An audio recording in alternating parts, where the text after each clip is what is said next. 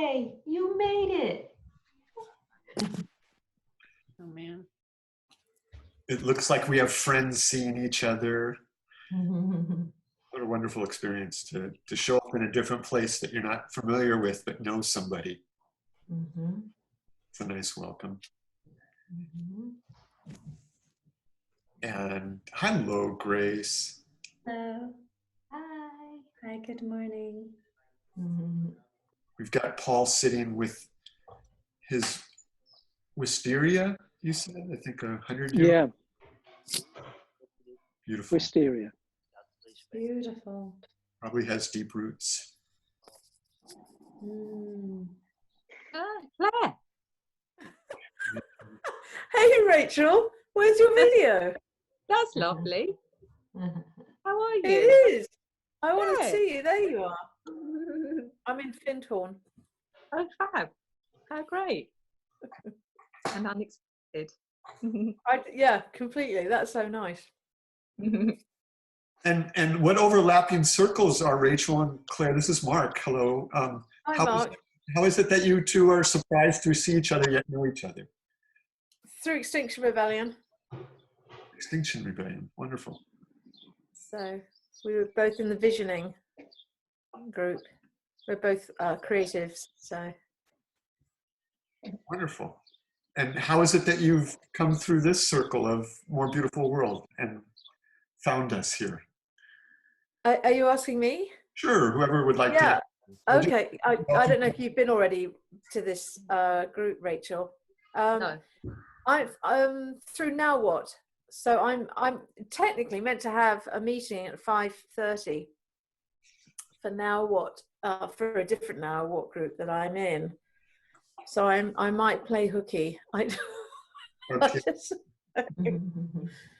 You're welcome to stay as long as you like. And Thank you. welcome. I read the description. I was just like, oh yeah, and the video is wonderful too. Which one is that? The Together video? That Yeah, I think it's so. It's got Jack Cornfield and a whole bunch of like talking heads just asking important questions or making single statements.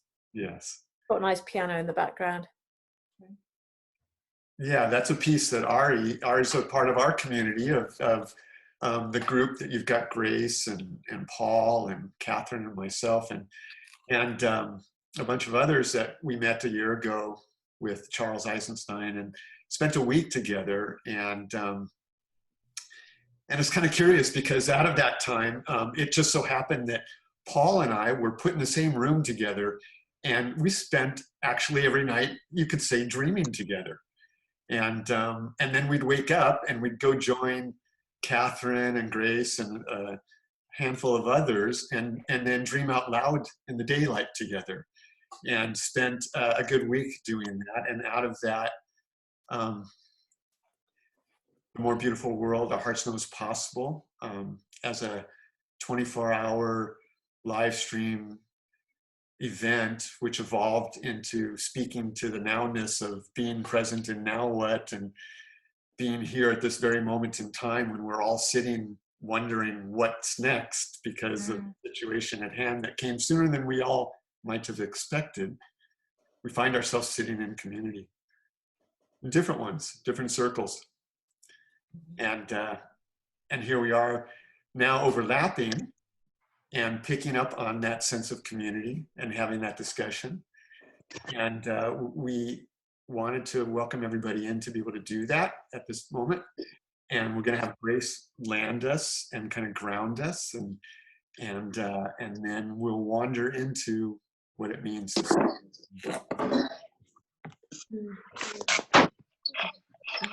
Just let me know, Mark, when you'd like me to do that. And then also, is Zoe going to, is the poem? Yeah, so Zoe's going to welcome for that, and Catherine can introduce that. If everybody could put themselves on mute if you're not engaged, and then take yourself off as you wish to engage. There's not a lot of us here, so we're fine to self-manage that. Thank you, Grace. You're up. Yeah. Okay, so welcome everybody. So as we dive into our more beautiful world through the lens of community, which we'll be exploring today. We were inspired to explore this through our collective dreaming. In our waking reality, through daydreams, visioning, imagining, and also sleep time dreams, as our collective is always dreaming and is so very active right now. Messages, visions, ideas that is coming through, emerging through us, through these states of dreams with the unseen and within our communities. So let's dive in and let's begin by tuning in with ourselves, with each other, with our community, seen and unseen. Let's take a moment to center ourselves first into this present moment. Taking a breath here as we land here together in our more beautiful world. You may choose to close your eyes or have a gentle gaze, finding a comfortable sitting position, wiggling a little if you need to, relaxing with each breath, feeling your feet on the floor, the breath gently coming and going from your nostrils. And with each breath, let the activities of the day to simply fall away. And with each exhale, releasing any feelings or sensations of tension or resistance, of just being here. There's nowhere you have to go, nowhere you have to be. You can just be right here, right now, in this moment, fully present. Softening the body. And if thoughts should arise, simply come back to the breath, allowing that to be your anchor, to be here completely.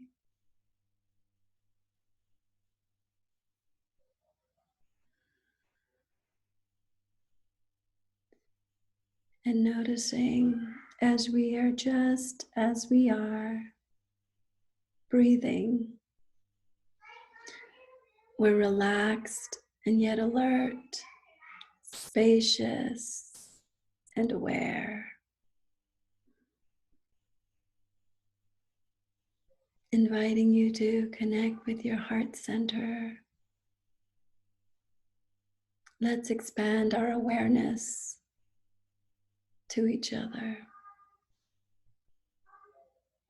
opening our hearts to one another in our circle, our community, with the breath. Noticing there's no clear demarcation where the I begins and ends. There is the I, and then it weaves into the we and us together here, emerging and being as we are in the moment, and sensing the presence of spirit, the spirit of our being, and what connects all of us, quietly moving, emerging through dreams, through ideas, visions, love, all the way it is experienced.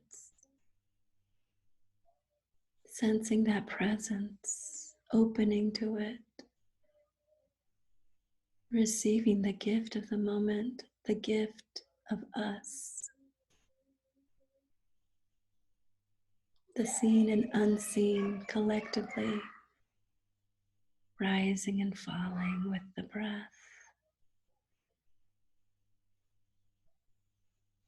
and in stillness evermore. Seeing each one of us then as an integral part of the circle, each bringing our gifts for the support of each other and rippling out to communities everywhere in the world.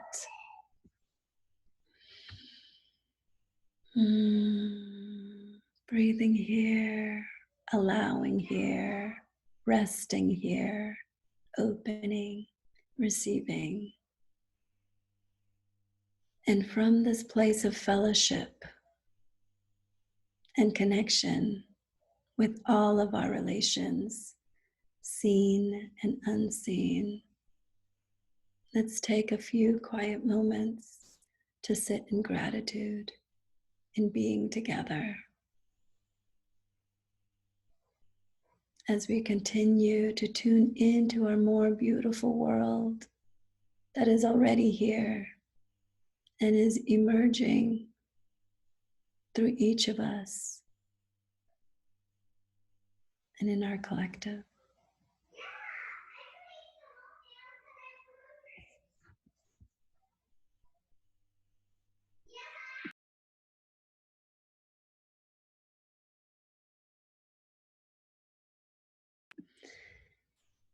And when you are ready, I invite you to then, with your next breath, open your eyes if they're not already opened, and maintaining this presence of awareness of ourselves, of our collective, opening, relaxing, receiving the more beautiful world emerging.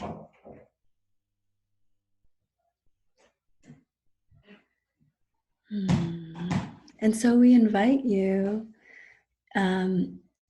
time to share. I wanted to ask Catherine, who has been working with dreams for a very long time as a tool of healing, of insight, of wisdom, to share with us why during this time is dream so active and their recall so active, and how can we work with these dreams? Just opening it up to the circle. Really.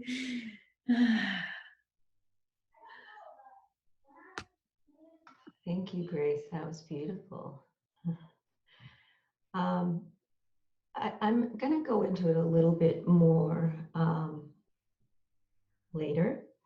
I want to give Zoe a chance to share this beautiful poem called Dreams by Mary Oliver, because I think that it really kind of creates a setting for the discussion on dreams, but also ideas of a community that's bigger than the one that's just evident on this plane. Zoe, are you ready? Yeah, I can read it. I just wanted to apologize in advance for the background noise. My partner is teaching fourth graders over Zoom. Anyways, here is the poem called Dreams by Mary Oliver. All night, the dark-budded dreams open richly. In the center of every petal is a letter, and you imagine, if only you could remember. And string them all together, they would spell the answer. It's a long night, and not an easy one. You have so many branches, and there are diversions. Birds that come and go, the black fox that lies down to sleep beneath you, the moon staring with her bone-white eyes.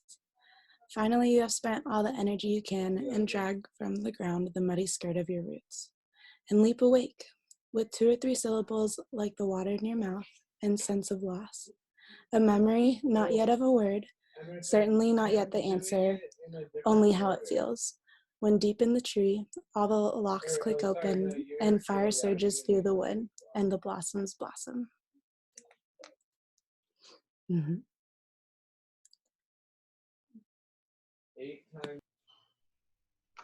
Thank you, Zoe. Appreciate that. Mary Oliver really always has a way of bringing together our humanity with the connection seen and unseen that we have with nature. Mark, before I went more deeply into the dreaming, did you want to talk about Ari's film? Well, yeah, that would be great. I think, I don't know if it was in the invitation, and there's a link there, and we can give it a try and watch that. I'd like to also share that, we have a new website that's caught up with what we've been dreaming of here with the More Beautiful World 24.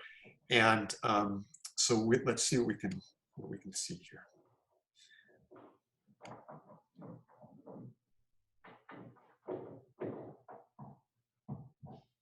Is everybody seeing the page?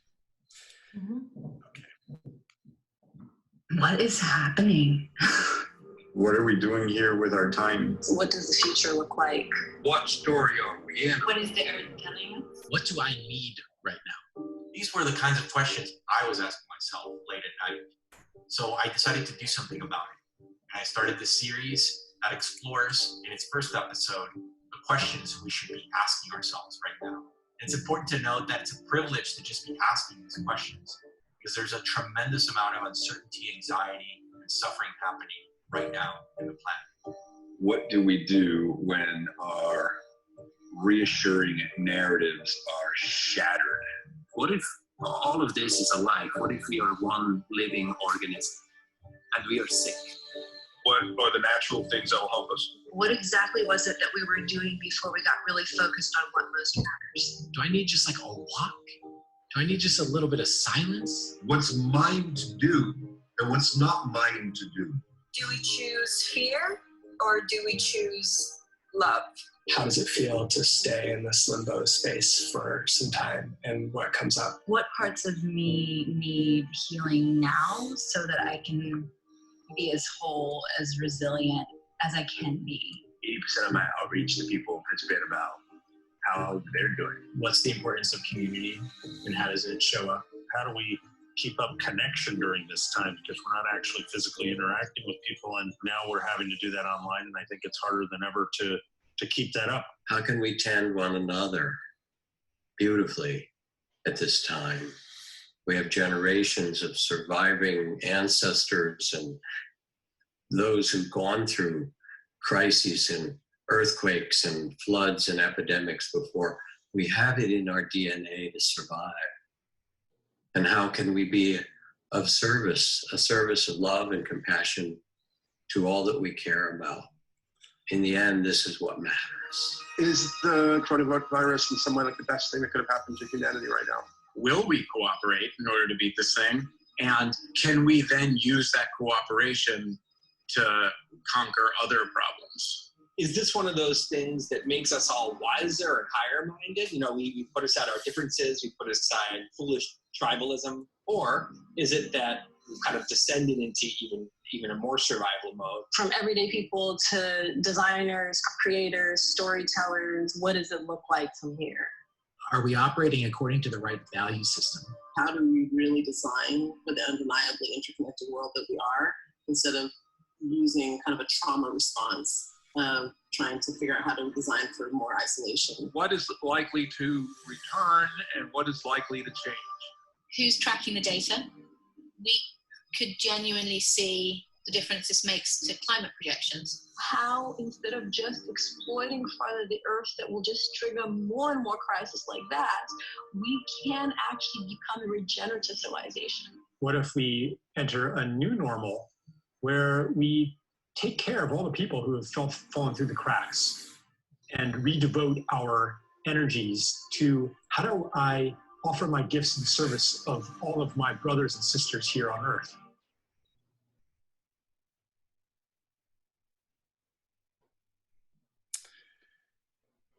So I hope that came through loud and clear. It's a gift from Ari, who also sat with us in our waking dreams a year ago. And I see Adam is also here from our circle. And it's so lovely to see you, Adam. And the fact that some of us, are more comfortable when we're together and present, and these electronic windows that we look through have been a place that some of us have not wandered to, and yet here we are put in a position where it's, in a certain way, the only window out right at the moment, as we're all sitting in our own dream space.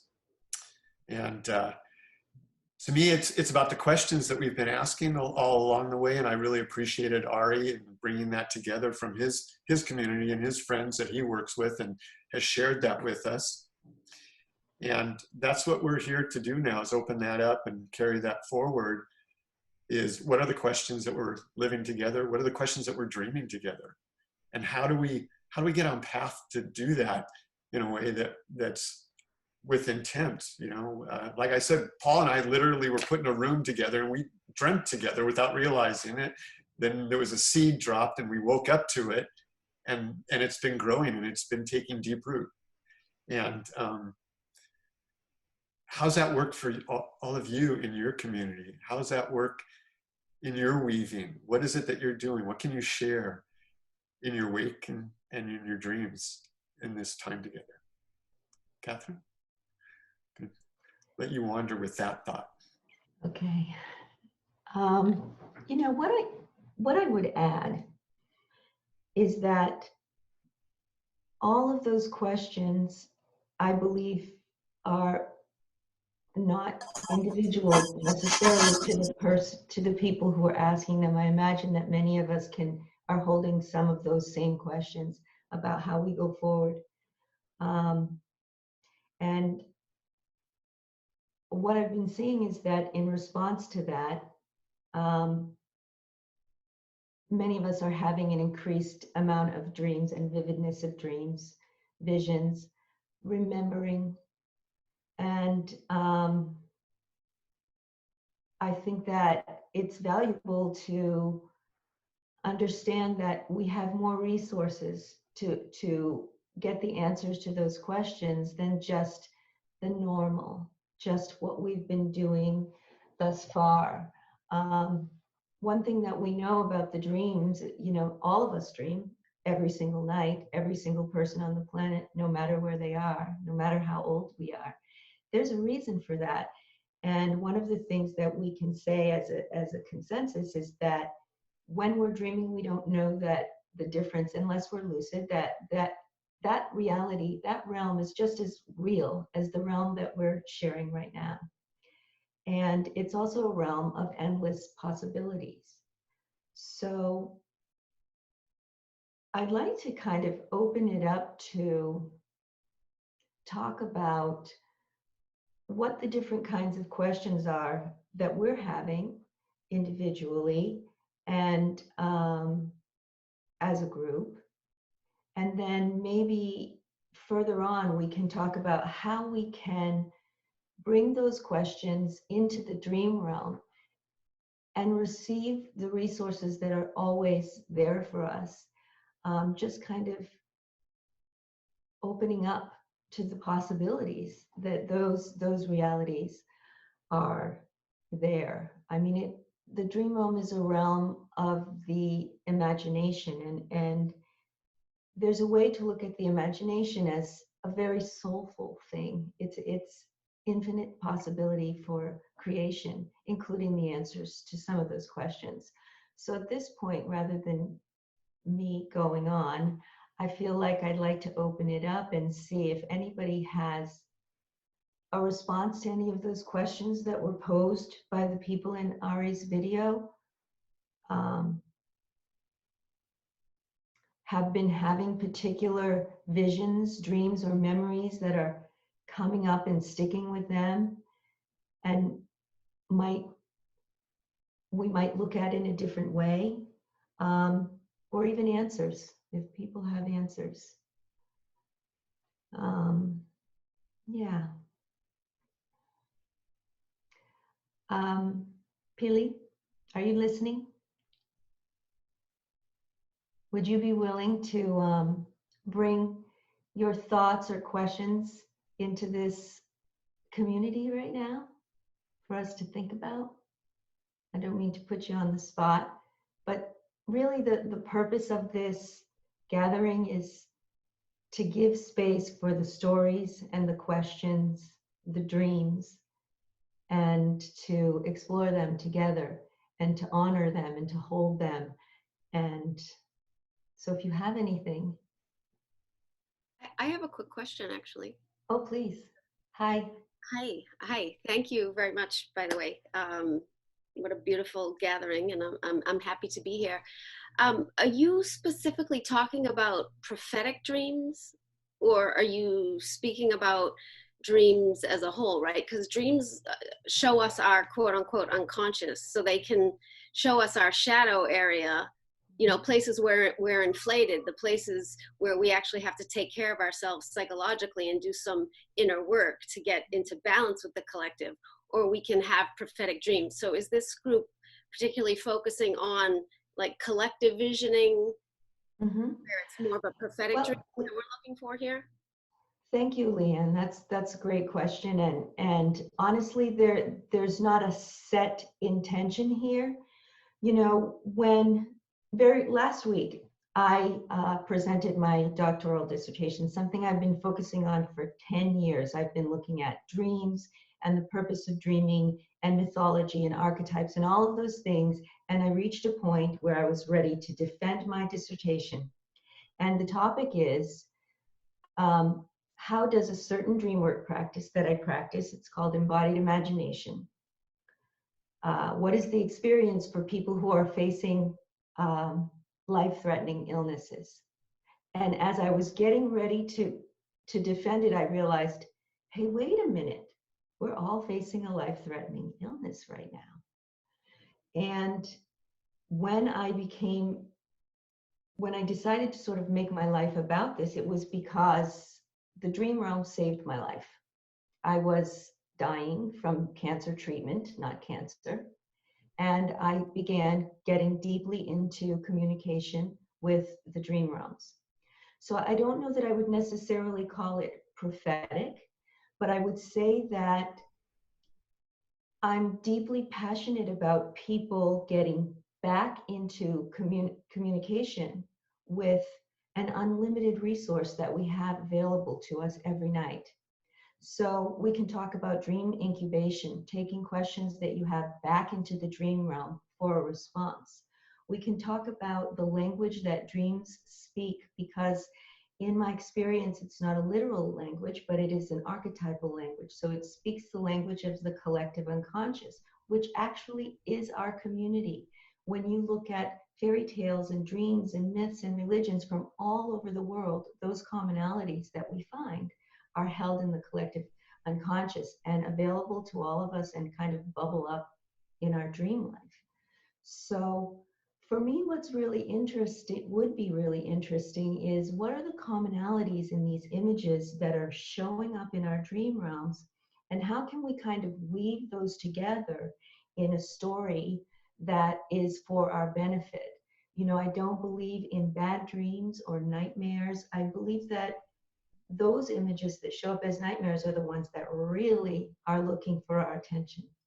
And in my experience, when we've worked with nightmare imagery for people, they don't have those dreams anymore. So what if this activity that we're all immersed in every single night is working to our benefit? What if we could honor and host those images that come to us in such a way that we increase the understanding of this place where we are, and how we go forward, and how we can enrich our lives, and how we can heal, and how we can be more creative? So it's that's kind of the container. Okay, I just have to out myself. I'm a Jungian-oriented depth psychologist, so everything is right up my alley. So just so you know. I'm so happy to have you here. So wonderful, great. Thank you. So has anybody got a response to any of those questions that were posed, or something to say about what you feel like's been happening in your dream life? Or visions or memories work the same way. I think they're like archetypal and they show up for a reason. Okay, Pili, why don't we go back to you? Please share. And I saw you, Shannon. Pili, you're on mute. There we go. I want to say thank you for the invitation, Catherine. And I want to express my appreciation to you. You're beautiful and your work is wonderful. I really appreciate you sharing. And I'm very curious about how you can enhance the intention of processing things during your dream time, because I've been doing it intuitively and it's been giving me such amazing results. Like before I go to bed, I tell myself, okay, I want to process this. And it seems to me that I process way faster when I dream. And then in the morning, I remember the dream and I kind of know what I've been processing and how it's related to my intention. And then I go on with my day. So this is what I've been doing, just like because it occurred to me to do that. But I know you're so experienced in this area, and I would love to hear suggestions of you or anyone here that might know about this, so that I can learn a little bit more. Thank you, Pili. Towards the end, I'm really hoping that I'll have a chance to talk about two different things. One is different ways of remembering your dreams. Three things: how to remember your dreams. Second thing is how to get into deeper communication with your dream images after you've preserved your dreams, which helps a lot. And then the last thing is about incubating a question into the dream realm. So hopefully we'll get there, and I'm going to continue to leave the space for the questions that people have right now, but thank you so much for that. And thank you for joining us. For everybody to know, Pili is here all the way from Chile. Shannon, I think you had something also? I do. And it's not what's going on now. It was a dream that I had about 5 years ago that I'd like to bring in. And I don't often dream, and I have been noticing more dreaming recently. And so you're bringing that up, Catherine, was very nice to hear. It's not weird, but it is kind of weird from my point of view. It's nice to have things happening at night that I remember in the morning. And that's reassuring that it's happening for others as well. But this dream that came about 5 years ago was so clear that I wrote about it and I named it, and I even went to a tarot retreat, to pull cards about the dream itself. And so I've dived into it quite deeply, but I'd like to share it with you because it may actually inform at this time. And what it is that I'm driving. It's called the driving dream. And I'm driving down a moonlit road. It's straight off to the horizon, a flat horizon. You can see the sun has gone down a while ago, and so you get this beautiful purple glow. And off to the left, I see a flat landscape like the moors, and there's lacework of streams with the moon glistening on it. So it's unspeakably beautiful. And the full moon is right there. And for me, the moon is really impactful in quite a number of instances. But as I'm driving down this road and the wind is blowing in my hair and this absolute feeling of freedom and wonder, I noticed that off to the right, there's like a 90-degree corner, and I don't want to take it. And I'm just enjoying the moment, and the car takes the turn. And I fight the wheel, and I don't want to go that way. I'm fighting, and this is the nightmare part of it. And halfway through the corner, the car leaves the road. I take off flying above garbage bins below, and things that I don't look at too clearly because it's disturbing. And I fly and I'm waiting for the sudden stop. And I'm flying and there's skeletal high rises and I fly between them. And it's like Ender's Game, you know, with the, and there is no sudden stop. The next moment I am in a white room, and there's it's like a white office with big windows, blue sky and puffy clouds on the other side, and people dressed in white and white computer. I mean, this is like heavenly.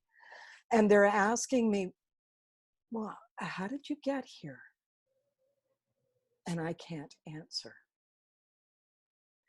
And so since that time, I've been working on trying to answer that question.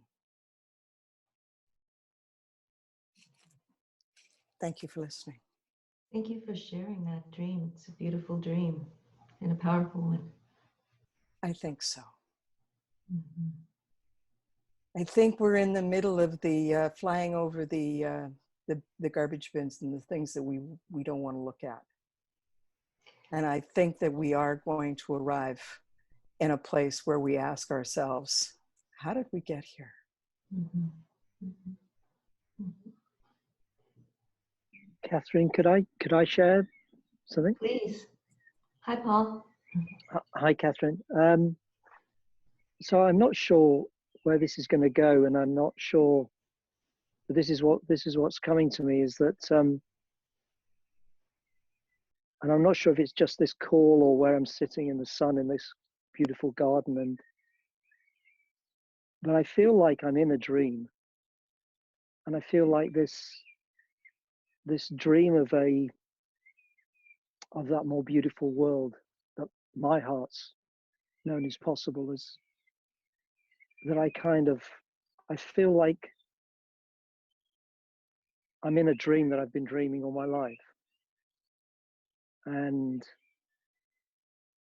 while I've been listening to each person, I feel almost like in a dream state. And I'm not sure if it's because my heart has opened in the last few days because of this loss of one of my dear relatives, who was just a kind of embodiment of love, and I can feel his presence. It's almost like he died on Saturday, and it's like he's not left me at all. I feel almost as close to Bernard now as I did when I last saw him. And it's making the physical loss of Bernard so much easier. And as I say, I'm not quite sure where this is going, but I feel like I was kind of born with a dream of a much more beautiful world than the one that kind of I was experiencing growing up. And the dream state feels very kind of part of the sort of waking state for me right now. And I was thinking to myself, I'm not supposed to leave the house for 12 weeks because of being in a sort of high risk category. And I said, I kind of felt like I've been confined to paradise. And on the other hand, I'm kind of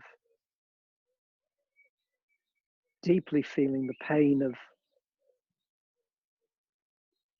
the suffering that's going on in the world, particularly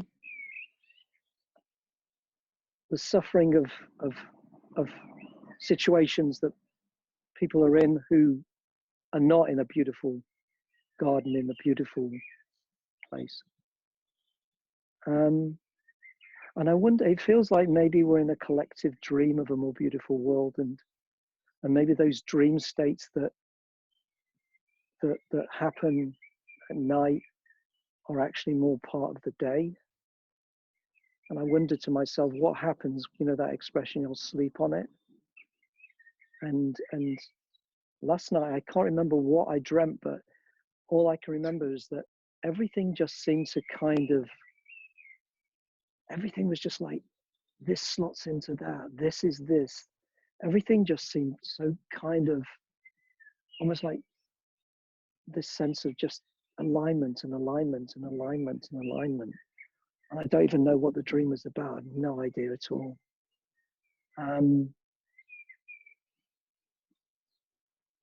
But I feel like I'm dreaming now. I think that's it.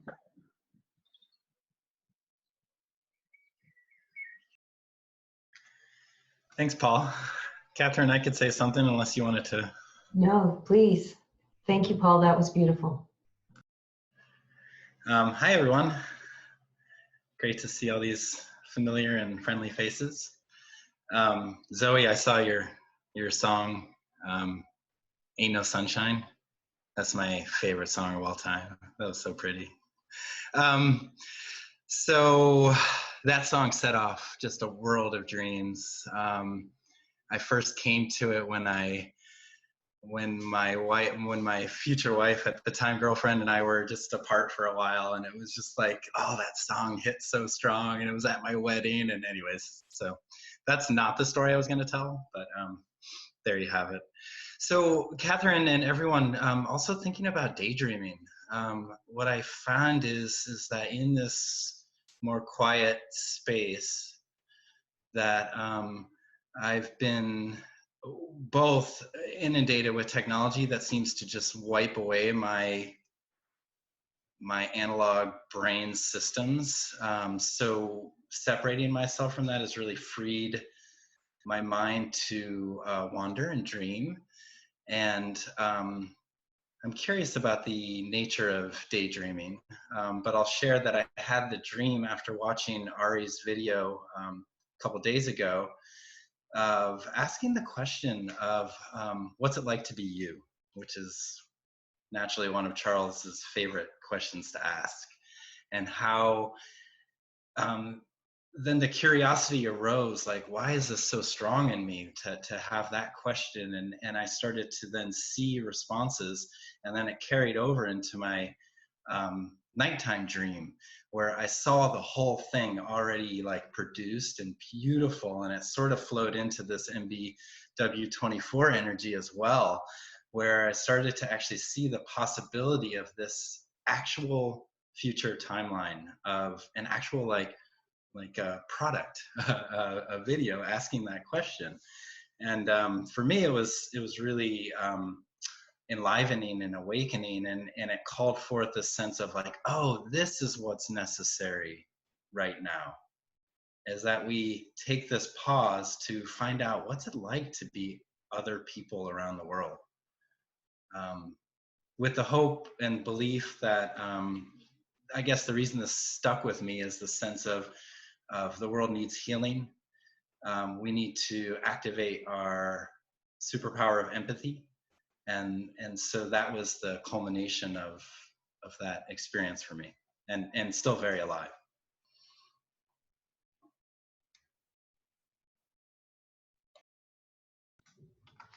Thank you, Adam. Both you and Paul, it's really lovely to hear about kind of the thinning of the differences between wake and sleep, and being able to have dreaming awake time, liminal space, because that seems to me to be a place where we're most open and receptive to receiving things that are not commonly available to us. And I think that we all have a lot more time and space to play with that now in the big pause that we're all in. Was there something, Mark? You're looking like you had something. I'm feeling very much these days where I'm not dreaming. when I'm asleep, and I have the feeling it's because I'm so much living all my dreams awake and all aspects of them, and therefore I really need my sleep to sleep for the rest of it, you know. But at the same time, this kind of being awake in our dreams together is like, if that's the thing is, what's unconscious is becoming more conscious through all of this exercise and activity up here and out here, that we're all awake in our dreams and asleep in our dreams together.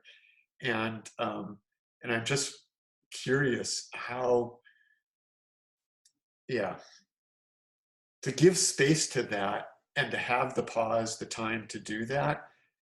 And another lifetime ago when we had that, and maybe that's something, I see Palm's on the call, and we had Palm last week with us sharing some, and I don't know if he's available, but the idea of when we live a slower resonance, a slower pace, and more attuned to the pace of the natural world, how does that affect our dreaming? How does that affect our awake dreaming? And yeah, I put that out there. There he is. You're on mute. Let's see. Hi, Palm. How's everybody? Hi. Yeah, I was just listening in and picking up on things on where it's gonna take me. But no, dreams for us, dreams are really important. As far as like that's where we try to like make offerings in the nighttime too, or the daytime too, to get songs from, or to get insight into dances from, insight into where we go in life. You know, it's very serious actually. This dream world is just another reality, and this reality is just another reality. Both waking and sleep reality is just, they're just different realities. We're in all kinds of different realities at the same time. And yeah, the slowing down though, I feel like it really does. Like if you go to a sacred place and you sleep there and you have dreams there, where I feel like I've had some dreams there, and I remember some of those like for my whole life. I never forgot them, and gave me deep insight into some things. And yeah, just to share real quick, I guess a story that I have for one of my dreams is that I fell asleep at one of our sacred sites. It was an old dance ceremonial site, and this is when I was 18 years old. And then I seen this dancer dancing his dance, and he's from my tribe. And there's lots of people from there's like 25 people dancing, and usually we have like 5 or 10. And anyways, though, that this dancer was like a warrior, and he was ready to go to confront any situation that was either intellectual, like physical, emotional, anything. He was down for the cause of confronting it if it needed to be.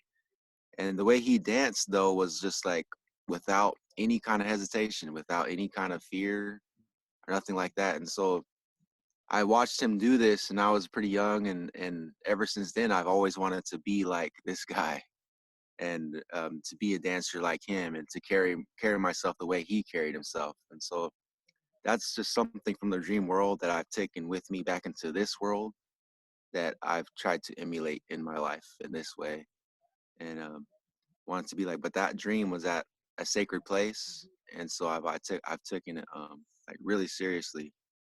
And yeah, that's all I got. That's just my story that I've taken with me into this current time, and to remember that strength that person had, that I want to emulate.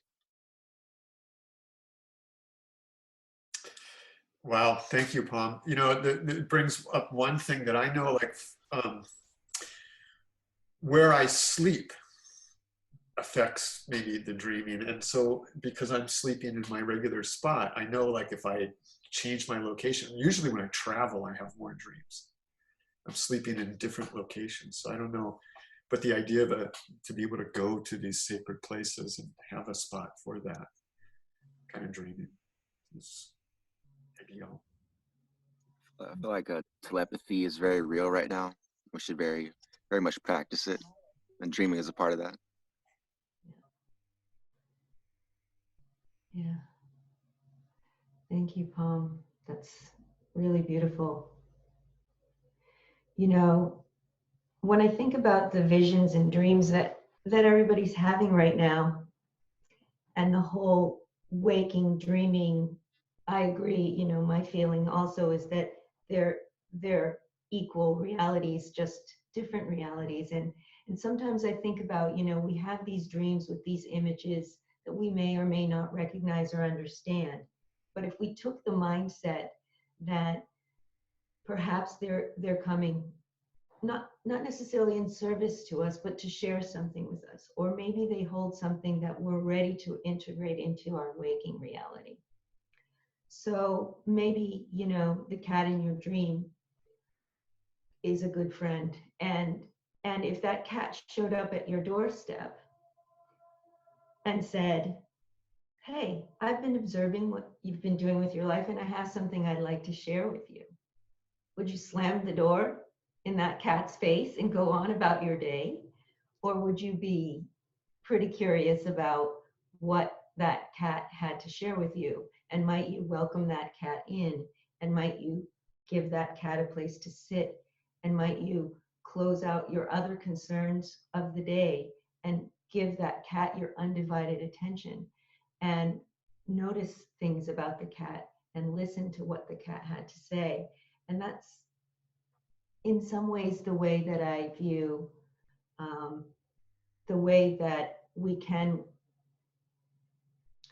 work with our dream images. It's not necessarily working with them in the sense of work, but what it really is a sense of hosting, like we would anybody else in this community, and honoring them and entertaining the idea that they have something to share with us that we don't know for ourselves. Yeah. So, did anyone have any of the questions? I don't know if we even remember them so much at this point, but there were a lot of really pertinent questions in that little video clip from Ari about how we together as a community can go forward and think about where we are now. And as I heard the questions, I also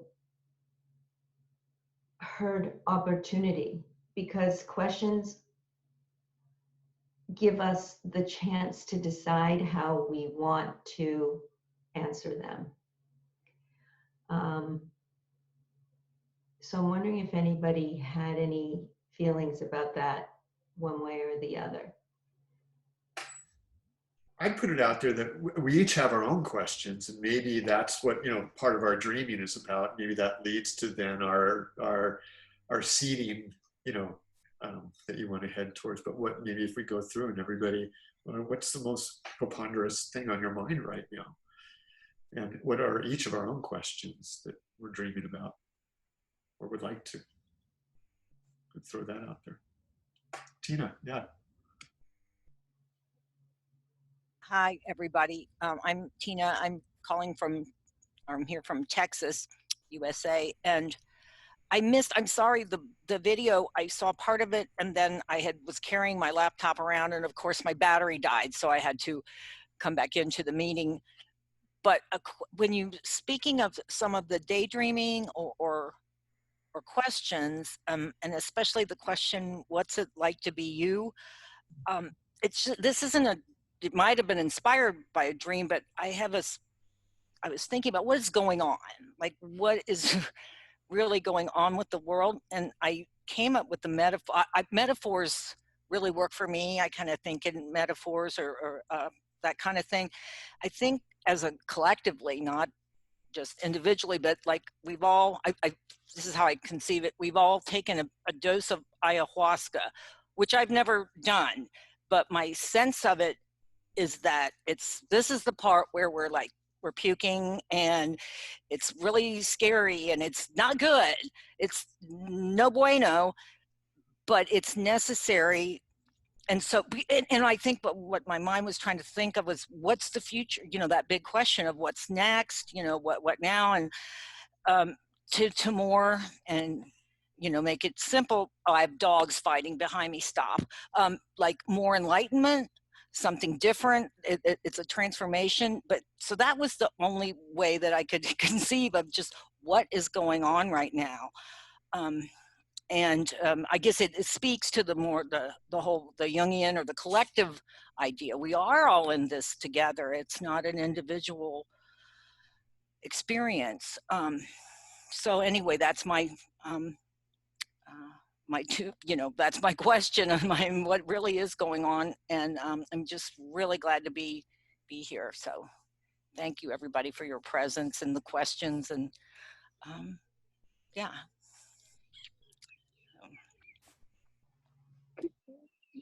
Can I just pick up on your question, Catherine, and share something that will probably sound absolutely ridiculous, but it comes into my mind, and I'm not sure if it's just a hope or a dream or a vision, but I keep kind of reflecting on the fact that, you know, I'm in the UK, so the Prime Minister here nearly died last week, and he kind of strikes me as he was in a liminal space, and he talked about the love that saved his life.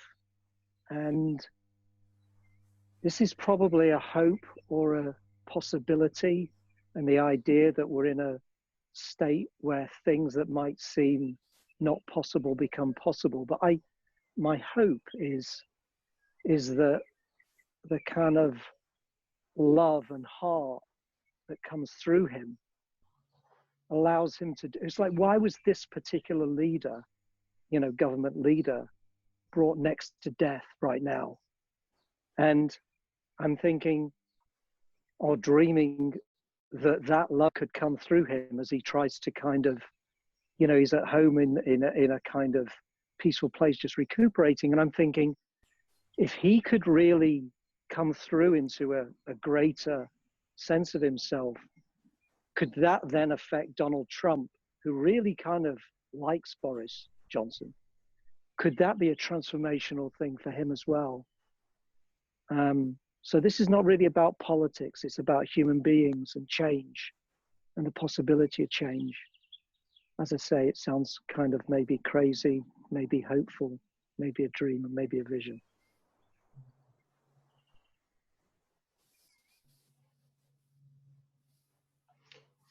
Well, I'm hoping that before we're done, you'll feel comfortable taking that question to sleep with you and see what you come up with. Anyone else have a question they want to share? Shannon? I just want to say that in my life, I've had some difficult times where I took the problem to bed. One of them being when I was 9 years old and I was faced with a question of whether I would open my piggy bank to help buy a dog for my brother who had bedeviled me my entire life. And so it was a really hard decision to make.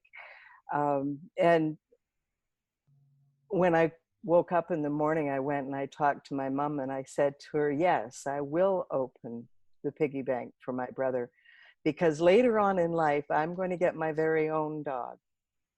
And he's going to come and find me. There's no way I can make him come any sooner. He's just going to come and find me. And 40 years later, he did. And so dreams are real. And if we can manage to harness our abilities in the dream time, we have a way of, and I wish I knew what happened during that 9-year-old night, because I don't remember, but there are ways of accessing And I'm so glad to have you here, Catherine. I had no idea this was going to go on today.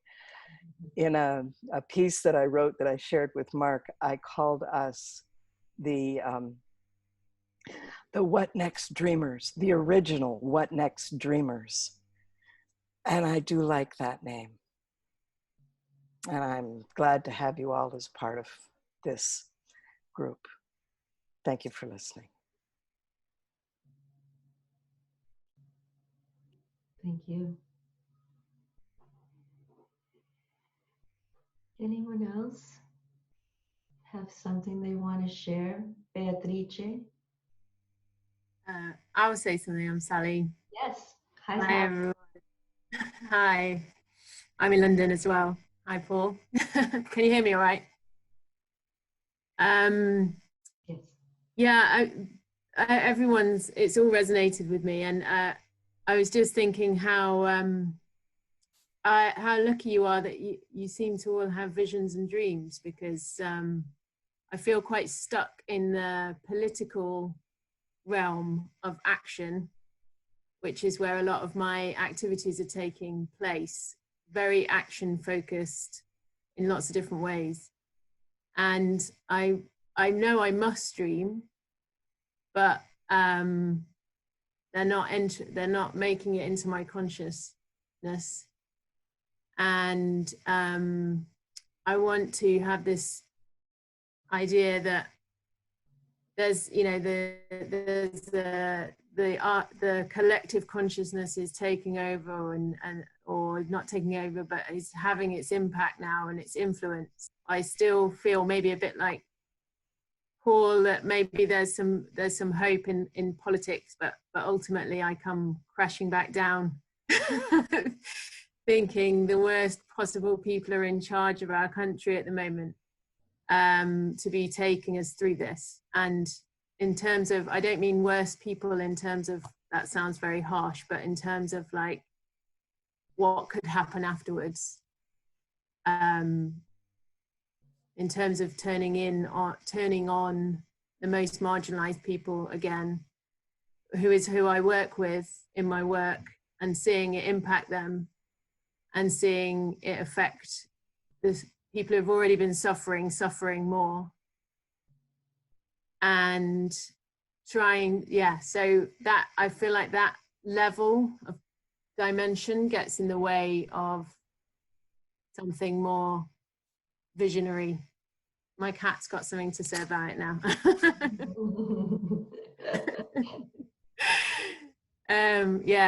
I hope that makes some sort of sense. So if there's any guidance you have around that, I'd be grateful. You know, I think about that a lot. Sometimes even when I just say the words, the more beautiful world, it occurs to me that that vision is just absolutely inaccessible to some people who are focused simply on surviving. And what I feel like is, because I have the privilege and the capacity to envision that more beautiful world, it feels like a bit of a little thing that I can do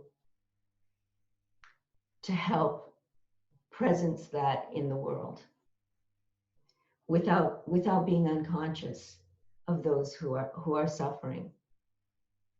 But if you tend to, if you subscribe to having any kind of impact on your own reality, or that there are multiple possibilities and potentials and realities, then how I can do that when I think, how can I be talking about a more beautiful world when this person is digging through a garbage for food, is that because I hold the position of privilege in a warm house with all the food that I need, etc., to envision this, that's one thing that I can do. And I just love your cat. Your cat is, I don't believe in coincidences, and your cat is showing up. So but thank you for bringing that in, you know, because it's not all one thing. It's complicated and it's heartbreaking. But some of what our hearts know is possible is going to come through the cracks. That's what I feel. Thank you. Thank you. I appreciate that. Billy? Hi, again. I'm so glad you're here. Oh, okay. Can you hear me now? Yes. I'm sorry? Okay. Yeah, I think you can hear me now. I was silenced. Sorry about that. So I was thinking the dreams that I've been having lately usually have two moments. The first moment seems to be processing things that I don't want anymore, and I'm kind of letting go of them. It's like a condensed experience of those things. So you could call it a nightmare, but I don't see it as a nightmare because I'm like processing things that I want to let go of. And then on the second part of the dream, I'm usually dreaming about something that I envision as something that I want. And it's something that I want to create. So as I've been listening to you, I've been getting this, like I'm processing this thought that I wanted to share, which is that dreaming is also political. Dreaming is a relationship with ourselves. Whether we're daydreaming or night dreaming, we can lucid dream. Like we can create the reality that we want both in our dreams and in our real life. And we cannot create it alone. We need to create it together. But since dreaming is a relationship with ourselves, it's a receptive and active relationship because we're both. So by dreaming what we want, we're also creating what we want. Like Palm, I think, Palm, yes, that dreamed about this dancer, and now he's creating that too in his life. So it's inspiration. We can get inspired by it and we can imagine it. And I think that imagining it is a very important first step to actually creating it. So in this way, I tend to drift a little bit away from prophecy and tend more towards how can we actively dream together, both daydreaming and night dreaming, and yeah, create what we want all together. Mm-hmm. That's what, yeah. Thank you for sharing that, Billy. Hi, Zoe. Hi. Kind of just what popped into my head from taking what Billy said. I remember as a little girl, whenever I would have a nightmare, I'd go into my parents' bed and I'd wake my mom up, and we'd always go through a mantra together.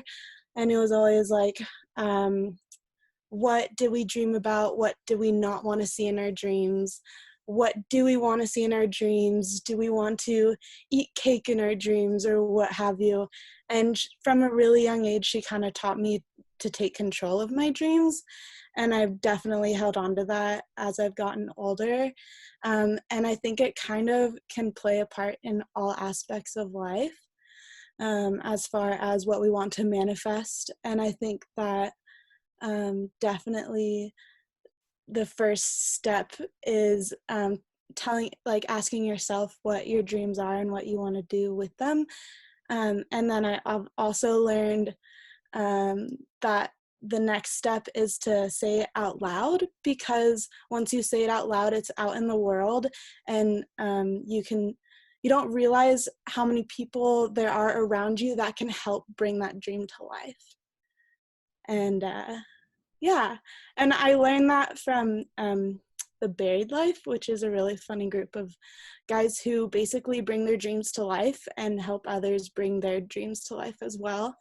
And one of them is now a keynote speaker and goes around telling people how to bring their dreams to reality. And I went to one of his talks, and he happens to be a good family friend. And yeah, there's just, I don't know, just about the steps you can take to bring your dreams to life and cross them off your lists. And so, yeah, that's kind of what I was thinking about. love that. It's staying right on the theme of kind of integration, bringing what's, you know, maybe deeper or held a little in a little bit less accessible place, making it accessible and using it, you know, in a different way. Yeah. That's And more kind of a funny example of how just like saying your dream out loud and not even realizing all the people that can help make it possible. But he was at the keynote talk, he was asking people if they wanted to share some of their dreams. And one of the girls was like, I want to milk a cow. And he immediately is like, who in here has a cow she can milk? And like half of the room, we're in Montana, half of the room raises their hand, and there you go. That's a dream crossed off your list. But yeah, that's just what I wanted to share. I also really love the way that you're bringing up the different ways that dream is used. Like dream is, there's a dream that you have in your waking realm, like just what can you imagine? And then there's the dreams that you do when you're asleep, which are perhaps also what you can imagine, or many other different things. But the potential for both to be entertained, witnessed, and to have come forward. Yeah, I love that. Was there anybody else? I just had a reflection, and again, I'm new here, so again, thank you for the space. I loved the opening meditation and bringing us all into our heart center, because for me, I do feel that resonance, that coherence through the heart center is going to be the crucial piece in the making of the beautiful world. And again, I'm new, so maybe you've already done this in the past couple weeks. Because that coherence also has to play to the embodiment piece that you spoke about, you know, in your whole body of work. Because dreams, you know, they can be inflationary, right? They again, they're teachers, and I'm with you. There's an intelligence throughout, if we could say all dimensions, all phenomena. It's incredibly knowledgeable, incredibly intelligent, and it's always feeding us information for our growth. I always say the oak is in the acorn. Like, just you need the environment for that beauty and that true nature to actually shine forth. So, and again, maybe this is something that you already have cohesively, but that heart piece and the embodiment piece and having people in a resonance, in a coherence in their body. And to me, that also plays to the political piece, because being on the ground and actually addressing what is right here, what is right in front of us. God bless, maybe Boris will have some sort of a transformation and it will affect Trump. But without that, you know, the political realm, perhaps having that kind of awakening, again, it's complex, right? There's many, many layers to it. So the dreaming is amazing and envisioning is great. But the embodiment piece that has to do with that coherence, with the mind-heart connection, I just wanted to sort of value the imprint that you laid at the very beginning in that meditation, because I just think it's such a huge component of the totality of the big dreams and the visions. I hope that made sense. Yes, thank you so much for that, Leanne. You know, I've been kind of wondering whether or not to kind of bring us all together for this, I would take us into an embodiment practice, because sometimes people are like, wait a minute, everybody's going to close their eyes and go do some woo-woo thing. I'm not sure that I'm here for this. But honestly, you know, the practice that I prefer when working with dreams is becoming embodied by your dream images, because that takes the responsibility for the interpretation off of somebody else, and you share a body with your images. And in that way, you share knowledge that is meant particularly for you. So, Leanne's dream dog is really different than my dream dog because that means a very different thing to her. The mother, the archetype of the mother means a different thing in my dream than in Pili's dream. So why don't we go ahead and first I just want to just tell people some things that I know, which is if you want to remember your dreams and come into deeper contact with your dreams, there are some very specific things that you can do.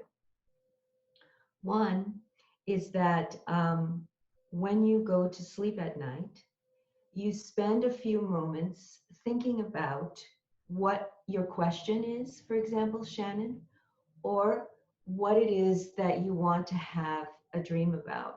And you can take a few minutes and sort of allow that question or that desire that you have for knowing something in the dream realm to kind of just pervade your entire body and your thoughts. And then you say to yourself and to the dream realms, I'd really like to have a dream tonight, and I'd like to remember it. And nothing more than that. The next step is that when you wake up in the morning, I've seen that alarm clocks are the enemy of remembering your dreams. Where we are in the dream state just before we wake up is a really good time, and we're usually actively dreaming. But if an alarm goes off and we're just snapped right to, this consciousness, it makes it a lot less likely that we're going to remember. If you can try to wake up slowly and hold whatever image it is in your mind. If you haven't had an epic dream, if you just see a piece of a yellow cloth, then I'm going to ask you to go ahead and have a journal and write down the color yellow, because everything is valid. Nothing is literal, and very few things are literal. And our dream life responds to our attention, just like anything else. If we're not paying any attention to our dream life, then it's less likely that we're going to remember what's coming up there. If we begin to come into relationship and communication with our dreams, the dreams start showing us more. So start with whatever you have and then continue to journal on your dream. So you've got a dream and you're wondering, well, so that looks like it has absolutely nothing to do with my question. My question was, what is the best way for me to proceed as people start talking about normal, right? And you have a dream about being in a hot air balloon over the south of France, and you're like, huh? Never fear that most of the time the dreams are not literal, and so it's what the image holds that is important and that is closer to what your answer is. So for example, if I was having that dream of a hot air balloon over the south of France in response to my question, what I would do is I would say something more along the lines of, well, what does a hot air balloon mean to me? Does it mean flying free? Does it remind me of the beautiful colors I saw once?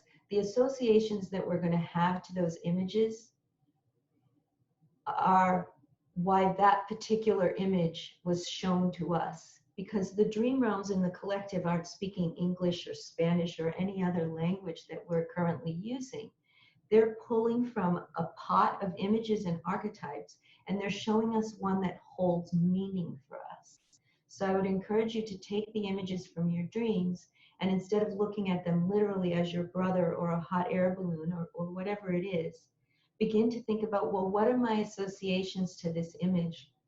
What do I think about when I think about this image?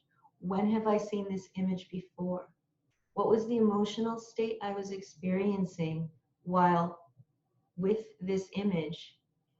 And take note of those two, and you might think about, well, how does that come into play with regards to my question? So if my question was, how am I to behave as people are talking about this new normal, and you had a dream about a colorful, a hot air balloon that means to you flying free and bright colors and being with someone that you love, then those associations are going to come closer to being in response to your question. Does that make sense? Anybody have any question about that? So what I'd like to do now that I've kind of laid that out is then take it to the practice of embodied imagination. And that is a way of hosting your image so that your image may be able to be directly in contact with you. So if we could right now, and we've got a little bit of time left, I would ask all of you to see if you can come up with an image from a dream, an image from a potent memory, an image from a vision or a journey, but something that really kind of tweaks your spirit and your imagination, or something that's repetitive and always gets your attention, or you notice it when you least expect it. Some kind of a potent image for you, from a dream or otherwise. And we'll just go through a little practice on how you might be able to come into relationship with these images, hosting and honoring them, to experience what they have to share in your own body. That's the embodiment piece. So if everyone's comfortable doing it, we're just going to do a quick little, hopefully we can do this in the next five or 6 minutes. To begin with, we have to turn our attention inside, because this realm is not necessarily experienced in the realm of taking in a lot of information from the outside. And then to just kind of allow our systems to land in a place where we can host other bodily felt experiences. I'm just going to take us through just a gentle little body scan. Just kind of noticing where we are right now without any intention to change anything at all. Simply as a way of noticing. Also creating the space that we might notice any changes. So to begin with, just allow your attention to drop down inside of your head. And let's just imagine a little warm bath of attention, just slowly sinking down through the head, noticing your eye sockets, your breath, bathing your tongue, your throat, and just noticing. It's just kind of noticing what's there. Over the shoulders, noticing all the bones and muscles, attending to the wrists and the hands, all the nerves that we feel there, all the way down to the fingertips. Just noticing. And then bringing this gentle attention back up to the chest. And just descending on down, noticing the lungs filling, exhaling. Taking a moment to notice your heart beating within your chest. Descending down. Noticing all the organs and how they are just in this moment. And the back and the spine. Gently bathing them in your attention. The muscles, the bones. And then descending on down into that hip cavity. Noticing your hip bones and your sacrum, your sexual organs, your butt pulling you to your seat. Just noticing that you're here now and they're here now and how they are. Down through the hips, the big bones of the thighs, the joints of the knees, down through the calves and the shins, to the ankles, and the smaller bones that lead all the way down to our toes. And then notice your feet on the ground, connected to Mother Earth and connected to this vessel that is our bodies. And as you begin to just settle there, I would like you to allow the image that you hold to now begin to occupy a space in your mind. Notice if there's an environment around this image that you hold, and allow it to sit in that environment if it exists. Indoors, outdoors, day or night, whatever is there, allow your image to be in that environment. If you're aware of yourself or your own perspective, notice that now. Notice where it is in relationship to your image. Are you very close? Are you far away? And then focus back in on that image. As you notice the image, we're now going to go into very slow attention. We're going to notice every little detail. If it's a person, what they're wearing. If it's an animal, the quality or the shine of their fur. Whatever it is, begin to notice. Smooth or wrinkled skin. Notice age.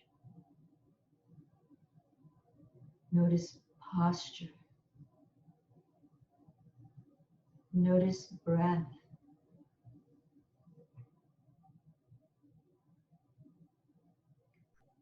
Notice smell and sound if those are there. Bringing all of your attention to these details. If your image has eyes open, begin to focus in on the eyes. If not, continue noticing everything about this image. And as you continue to focus on the way that this image breathes or moves or looks, see if you can allow yourself to come into a shared perspective. Begin to ask yourself, what is it like to hold this posture, to breathe this breath, to have this skin or this fur? Keep focusing on what is it like from the perspective of this image, allowing your own ego consciousness and thoughts to just fade away. Anything that says, I think, let it go and begin to focus back on the image. Everything about it. Every move, every texture, the eyes. And begin to allow yourself to become aware from inside of the image. What is it like? Notice the environment that you noticed at the beginning, only now it's on the outside. Notice how you're feeling in this new body. What is it like? And as you begin to notice whether your image feels spacious or frightened, loving, needy. Whatever is there in this image that you are now sharing a perspective with, I'd like you to notice where in the body, where in this shared body are you most aware of this perspective, these emotions? Are you feeling spaciousness in the chest, love in the heart, fear in the gut? Whatever it is, begin to anchor what your shared perspective feels like in that area of the body.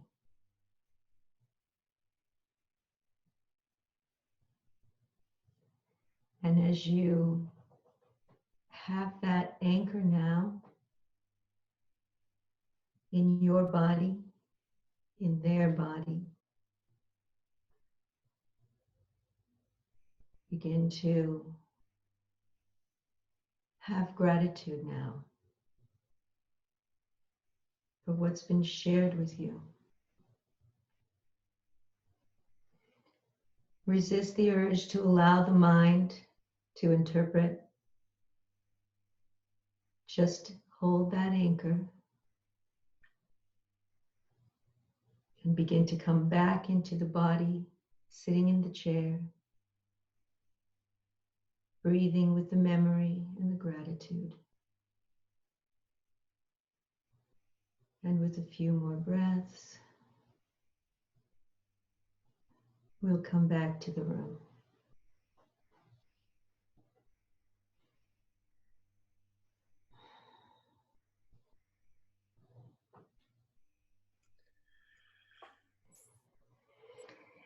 So, generally in that experience, when I guide people back into their dreams for embodiments, I guide them and I know what the images are that they have, so I can have a more participatory experience. Generally we'll pick up 2, 3, sometimes even 5 different anchors, that thing that I called the anchor, and we'll hold them all together in one body. So this is a dual consciousness experience that we have. And generally speaking, when you hold many of these together, there's quite an experience to be shared. I will add that rational thinking is kind of the enemy of an embodiment. And so if anyone struggled with that, it's really normal. And we can get better at that with practice. And so with that, I believe that I've used up all of our time. So I want to encourage all of you to take whatever was there for you, if there's anything there for you, and to know that I'm grateful to even be sitting in a group of people who would be willing to talk about this, to consider this, to entertain these ideas of waking and sleeping and dreaming and waking and what's available to us there. Yeah, I'm going to stop talking now. Thank you very much, everybody, for being here and looking at this with me. Thank you, Catherine. It's always a journey to dream together and feel aligned with other hearts and find how we weave those dreams together. And we look forward to doing that again next week on Tuesday. We have 2 more sessions during the Now What timeframe. But in the meantime, we're going to hang here for a little bit, share our gratitude, whatever. Everybody can open up their mic and share. Yeah, I forgot to say that. Bring your images next time. It'll be amazing to see whether you had something from this experience, or whether you do a dream incubation, or whether you have a dream that comes up really potently, we're dreaming together now. And feel free to bring whatever comes. And let's see.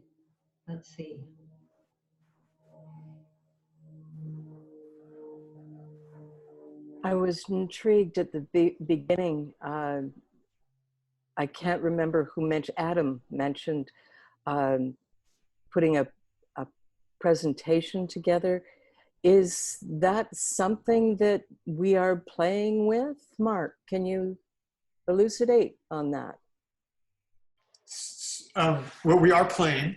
Our presencing and being present on these calls is the experiment of MBW24 in this first iteration. So we have 6 weeks of doing that together. This was the 4th week. We make the videos available to share. So the website has evolved, and we're which is wonderful. Yeah, and as things come forth, it's manifesting. It's a very open experiment. Yeah. I love that. I'm so glad to be here with all of you. Yeah, I feel a little new myself, so bless you all. This is an adventure. I'm so glad to share it with you. Thank you for joining us, Shaman. Yeah. My pleasure indeed. Thank you. Bye, everyone. I have to go. I really appreciate that, everyone. Thank you, See Sarah. you today. Thank you. Thank you. Bye. Hi, my name is Beatrice. I'm a friend of Catherine, and today was, unfortunately, I missed the previous 3 meetings, and but I would like to say that I'm very thankful for all of you, and I was really deeply listening to all of your stories, and each one resonate with me. And every time I thought I wanted to say something, then the next person was quicker than me. My process was kind of slow because I was just like really touched by what the previous person was saying, and so I got a little bit overwhelmed and timid. But it is it's. I just would like to say thank you. I need to think more and then recollect also what part of the discussion was about the dream that happened at night, and then what you feel and you dream during the day and the projection of that. And what I've been experiencing through this time that I've been more at home, I've gone through more introspection with myself, and the connection that I have with my loved ones and my friend has been so deep, and we have been sharing, and there is this kind of like powerful energy that have been revealing that. And also I feel that it's connecting through the different parts of the world as I know people in different places, and that with the loved one and the close friends, and then realizing that this is actually happening more and more with people that I don't know, and what you were all saying, and Catherine, it was really really important for understanding how. My big question is, what is going to happen next with all of this that we are experiencing, all this powerful love that comes through all these different messages and communication, and how we can really use it to make this world that we see and we feel, because I know it's present. I have this feeling this beautiful world is present. It's just, it's not tangible 100% yet. It's overshadowed by many other things. And how can we transform this with this power that we are awakening inside of us and sharing? So anyway, thank you very much, and I'm looking forward to next Tuesday. Bye. Bye. Thank you. Thank you, Beatrice. Thank you. You're welcome. Bye. Beautiful. That was so full. Thank you. Thank you. Anybody else like to share before we head out into our? Yes. I wanted to say thank you, Catherine. Being able to apprehend or remember our dreams. Well, first, the idea of being able to incubate it and starting with questions.